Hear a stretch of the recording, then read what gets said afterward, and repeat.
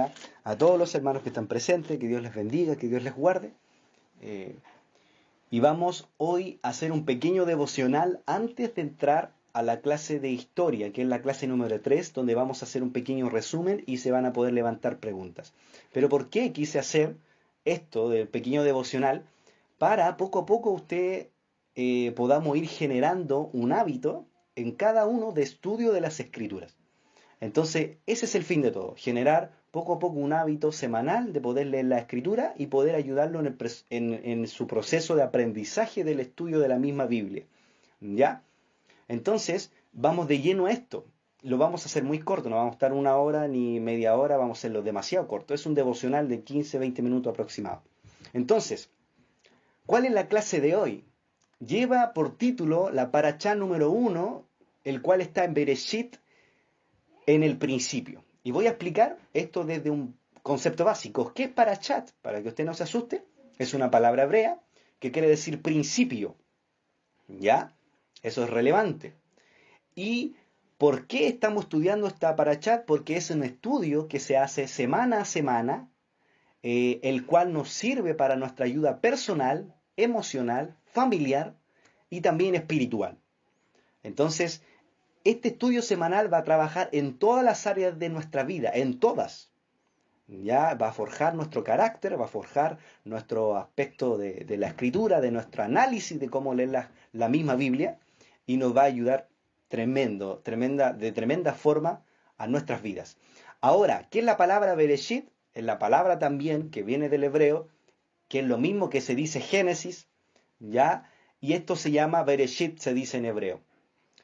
En Génesis sabemos que la palabra se dice en español y se conoce como el principio de la creación, ¿verdad? En estricto rigor, Bereshit quiere decir en el principio, ¿ya? O también como el principal, ¿ya? Entonces, en este pequeño estudio vamos a analizar 3 temas.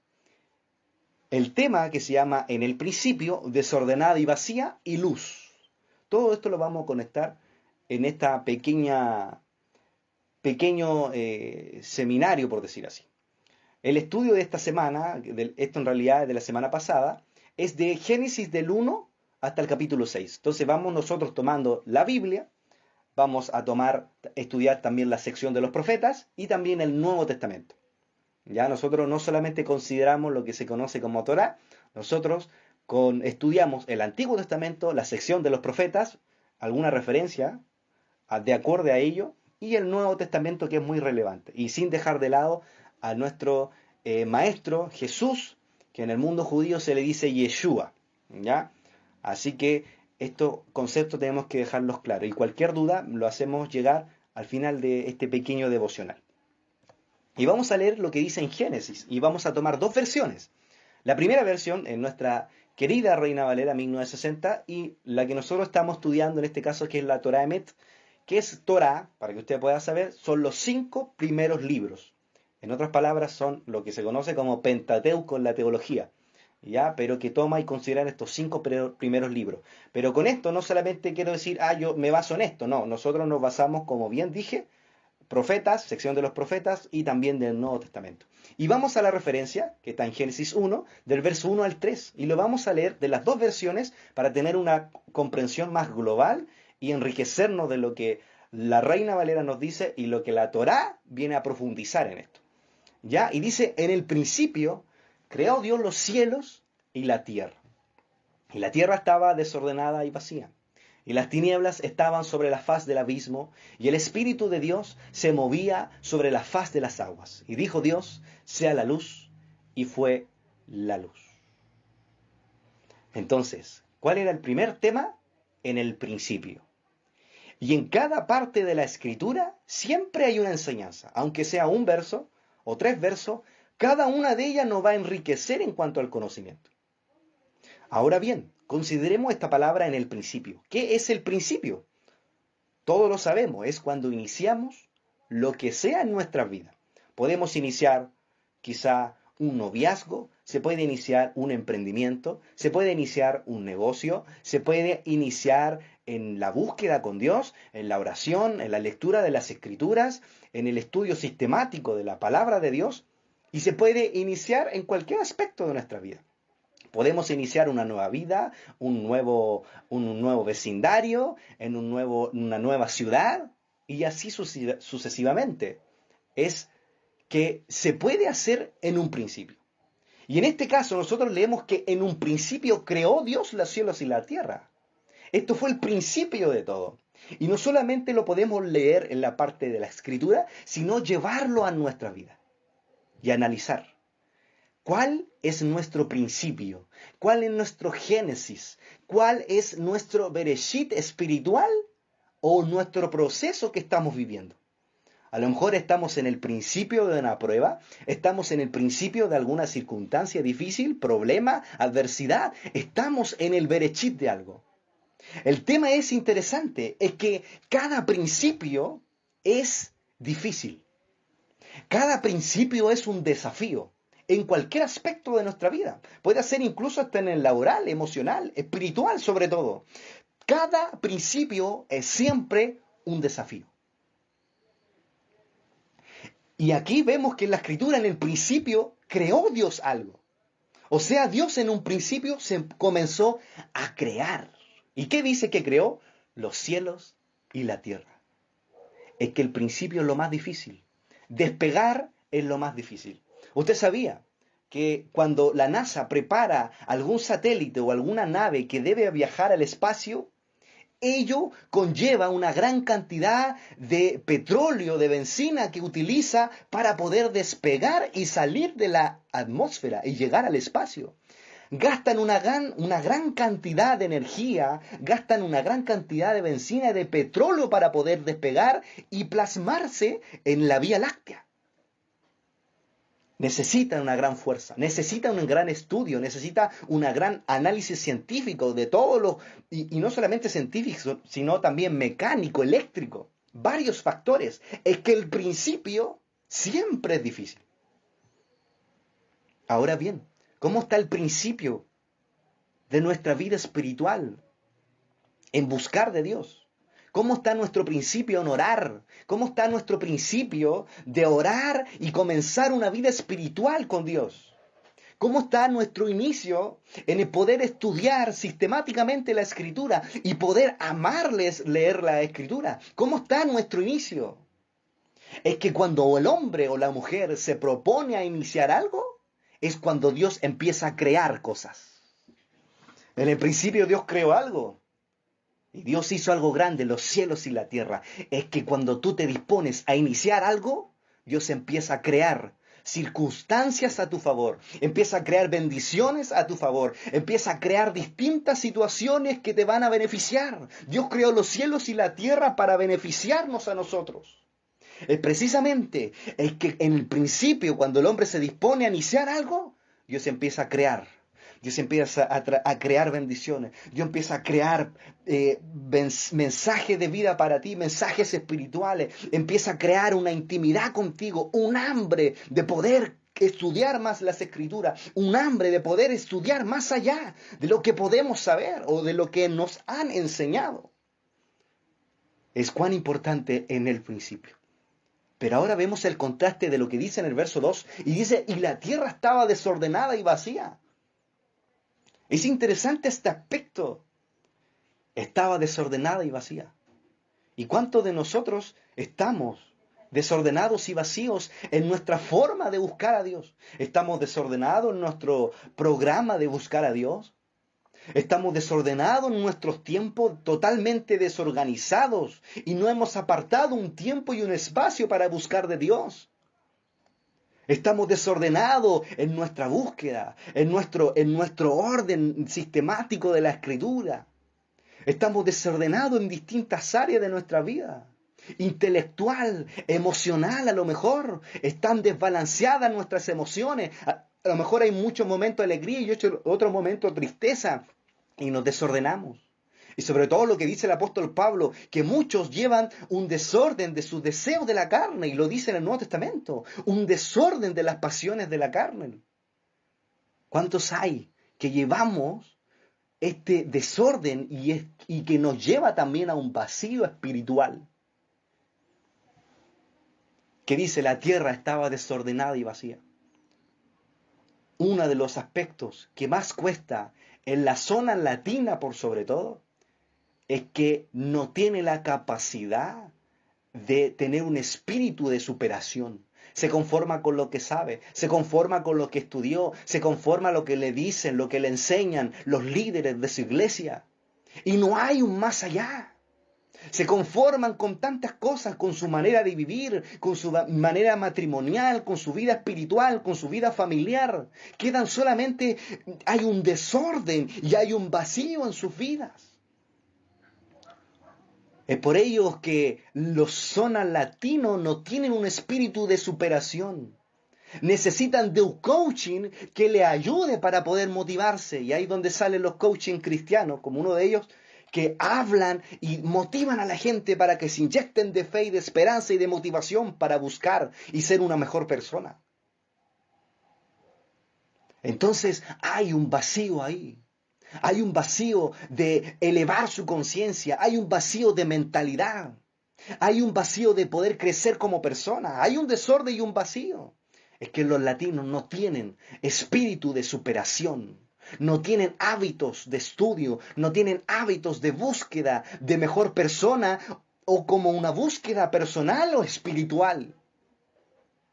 Es que la tierra se encontraba así, desordenada y vacía.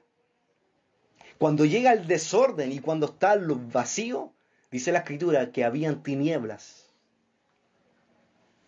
El desorden te lleva al vacío interior y esto hace que aparezcan las tinieblas. ¿Y qué representa también las tinieblas en la Escritura? Representan también distintas fuerzas espirituales que son antagónicas a nuestro crecimiento de cualquier índole. Y esas tinieblas se mueven. Y están muchas veces en contra de nosotros. Y no entendemos tampoco y tenemos conciencia de lo que es el mundo espiritual. Jamás se nos ha hablado de ello. Vivimos y leemos la Escritura sin entender los códigos que tiene la palabra de Dios. Leemos por encima, pero toda la palabra de Dios, como dijo el apóstol Pablo, es inspirada por Dios para enseñar, para redarguir. Lo dice el apóstol Pablo. Pero dice que habían tinieblas. Pero en medio de las tinieblas dice que el Espíritu de Dios se movía.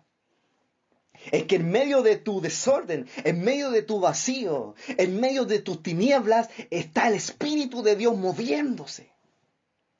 Y el Espíritu de Dios, hermano querido, no solamente se mueve en las iglesias o cuando se canta una alabanza. Cuando dice el Espíritu de Dios, está hablando de Dios mismo. Y Dios no solamente está en ciertos lugares, Dios incluso se estaba moviendo en medio de las tinieblas, en medio del desorden y en medio del vacío.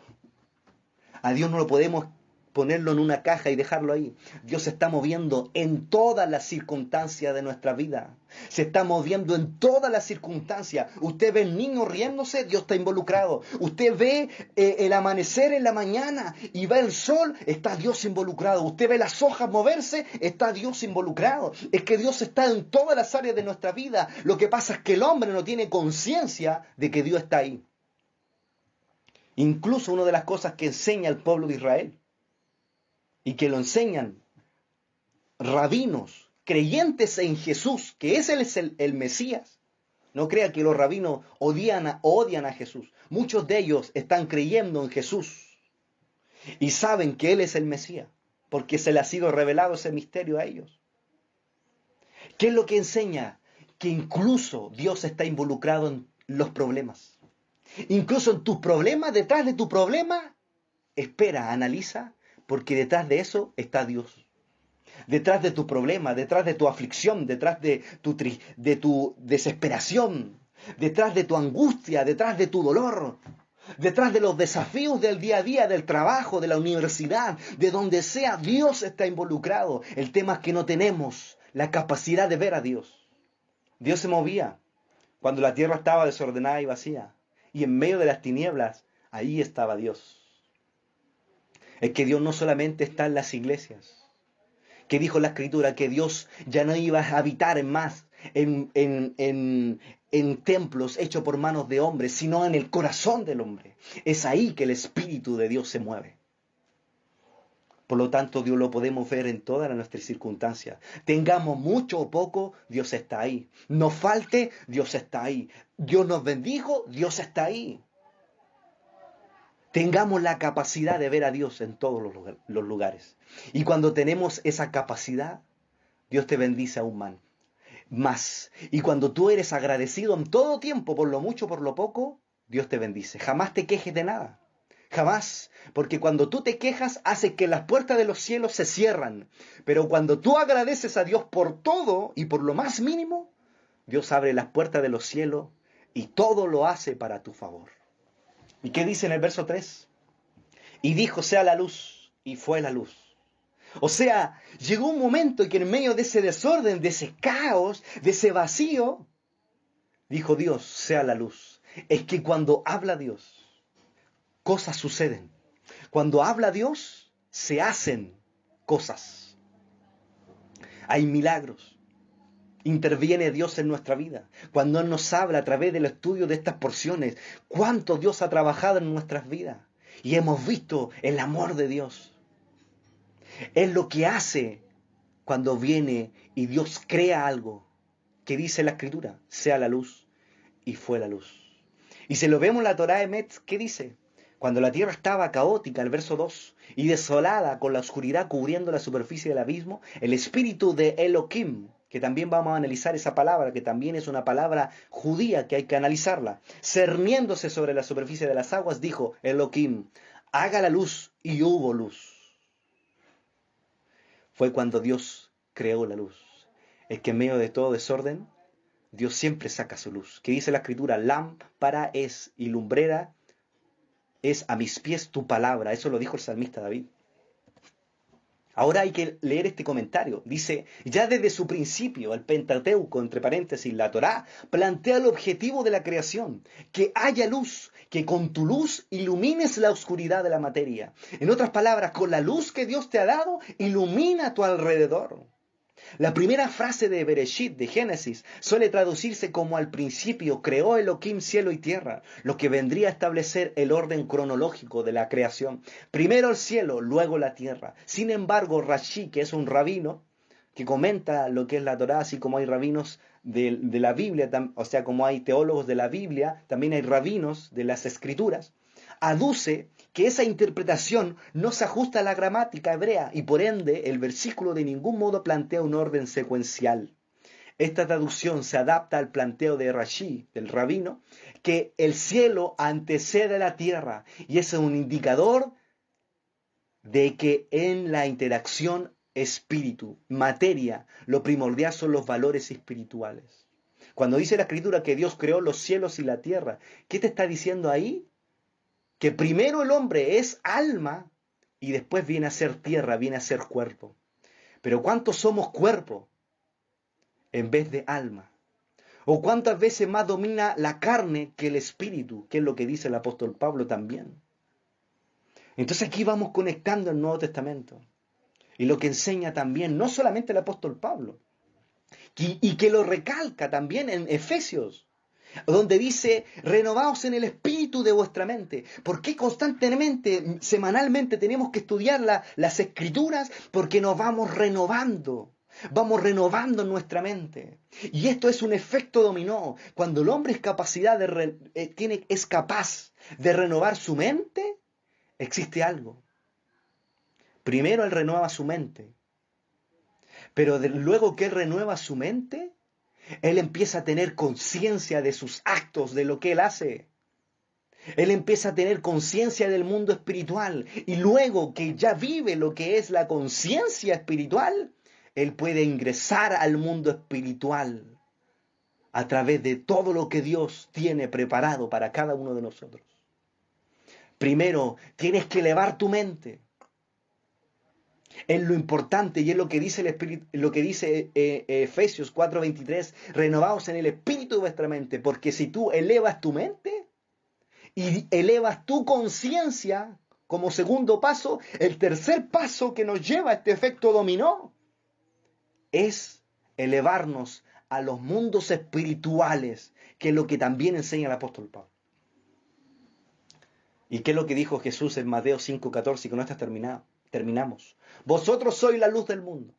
Una ciudad sentada sobre un monte no se puede esconder. Ni se enciende una luz y se pone debajo de un almud. Un almud era una especie de cajita antigua que había en ese tiempo donde Jesús hablaba de esto. Sino sobre el candelero y alumbra a todos los que están en casa. Así alumbre vuestra luz delante de los hombres, para que vean vuestras obras y glorifiquen a vuestro Padre que está en los cielos. O sea, cuando Dios dijo sea la luz, también te está enseñando a ti que tú seas luz del mundo. Y fue lo que dijo el apóstol Pablo. O sea, lo que dijo Mateo, lo que dijo nuestro mismo Señor Jesús, donde dijo, vosotros sois luz del mundo. ¿Qué vimos en el principio? Vimos desordenada y vacía. Y finalmente analizamos que debemos ser luz. Y hay una luz, y con esto voy a terminar. Hay una luz que está reservada desde el principio de la creación a todos los que se sumerjan en el estudio de la palabra de Dios, de la Biblia, de la Torá juntamente con ello.